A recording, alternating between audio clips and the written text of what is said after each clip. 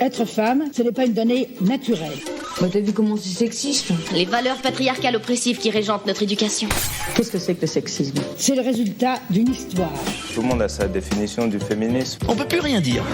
Qu'est-ce que ça veut dire? Salut, c'est Florence Monreno. Je suis écrivaine et féministe engagée. Aujourd'hui, Marine Pétroline m'a laissé le micro des Chroniques du sexisme ordinaire, le podcast qui débusque le sexisme dans les moindres recoins.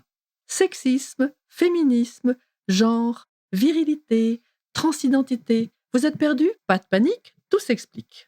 Aujourd'hui, on se demande, c'est quoi la double morale sexuelle? C'est le sujet de mon livre « Les femmes sont des salopes, les hommes sont des Don Juan » qui est sorti chez Hachette.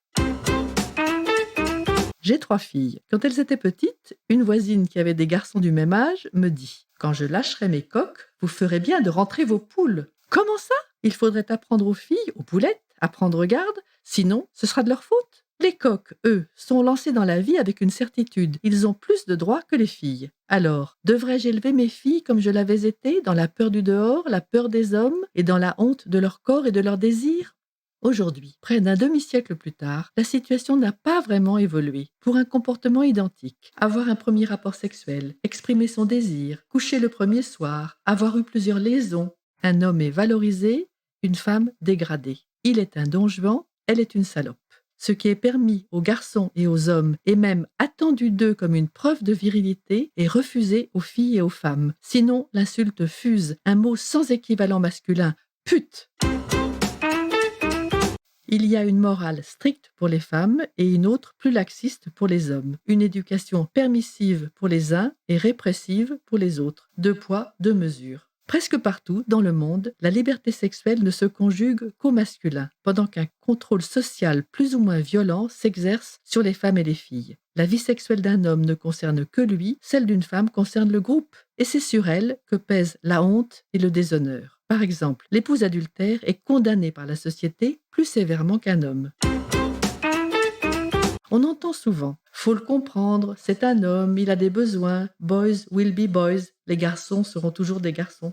Les hommes auraient tous les droits et seraient excusés par avance pour leurs actes sexuels, y compris violents, tandis que les femmes sont jugées coupables de ce qu'elles ont subi. Elles ont provoqué, tenté, séduit. Quoi qu'il arrive à une femme, c'est de sa faute. Elle l'a cherché. Même un viol, quand elle est évanouie, ivre-morte, droguée ou endormie. Sa faute, sa seule et unique faute, être une femme.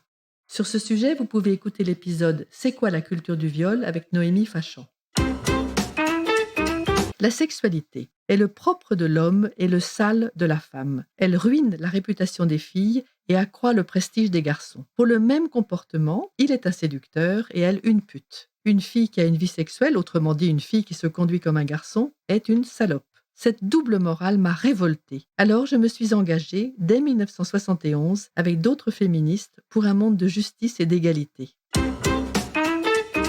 Où en sommes-nous aujourd'hui? L'égalité formelle, c'est-à-dire inscrite dans la loi, a été atteinte dans la plupart des démocraties à la fin du XXe siècle. On pourrait penser que les mentalités ont changé, que les jeunes générations sont plus égalitaires, qu'avec les applis de rencontre, les femmes aussi ont des plans cul. Force est de constater que la différence de traitement des hommes et des femmes pour un même comportement sexuel persiste. Le couple infernal de la salope et du Don Juan est toujours d'actualité.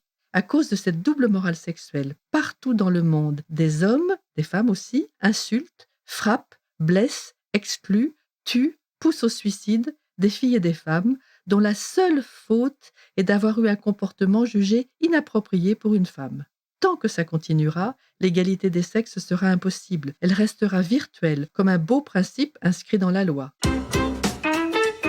Entendons-nous bien, ni la domination, le machisme, la violence ne sont des fatalités. Les choses peuvent et doivent changer. Mais comment faire? Comment changer le regard machiste sur le corps des femmes? Comment arrêter avec le classement automatique de toute femme en baisable ou non? Comment faire perdre au respect son sens sexuel puritain et lui rendre sa valeur morale universelle? Comment aider les filles et les femmes à fonder leur estime de soi sur d'autres atouts que les charmes éphémères de l'apparence? L'éducation, dans la famille, à l'école, devrait aborder la sexualité comme un facteur parmi d'autres d'épanouissement. Elle se fonderait sur l'écoute de ses propres désirs, sur le respect de l'intégrité et de la dignité d'autrui. Elle enseignerait que la rencontre sexuelle est celle de 2 désirs d'adultes, dans une recherche commune de plaisir. Sur le chemin de cette révolution, la première nécessité pour une femme est de mieux se connaître, de savoir ce qu'elle veut, ce qu'elle désire, pour passer du statut d'objet, femme désirable, à celui de sujet, femme désirante. Les hommes, eux, ne devraient plus chercher à avoir une femme, à la posséder. Ils ne devraient plus avoir besoin d'écraser, de dominer. Leurs désirs ne se fonderaient plus sur des rapports de pouvoir asymétriques, mais sur l'égalité et le partage. Dans ce nouveau monde, des couples conjugueront leurs désirs et les exprimeront librement dans un imaginaire sexuel mobile, à la recherche d'un plaisir mutuel en perpétuelle réinvention. Pour cela, au lieu d'enfermer les poules, nous ferions mieux d'éduquer les coqs. Voilà, maintenant vous savez ce qu'est la double morale sexuelle. Les mots sont importants. Comme le disait Simone de Beauvoir, nommer c'est dévoiler et dévoiler c'est déjà agir. Rendez-vous dans le prochain épisode pour continuer à nommer, dévoiler et agir contre le sexisme. En attendant, vous pouvez retrouver les chroniques du sexisme ordinaire sur les réseaux sociaux et vous abonner à la newsletter pour découvrir encore plus de pépites antisexistes. Vous pouvez trouver des informations féministes sur la page Facebook de Encore Féministe en attendant mon prochain livre.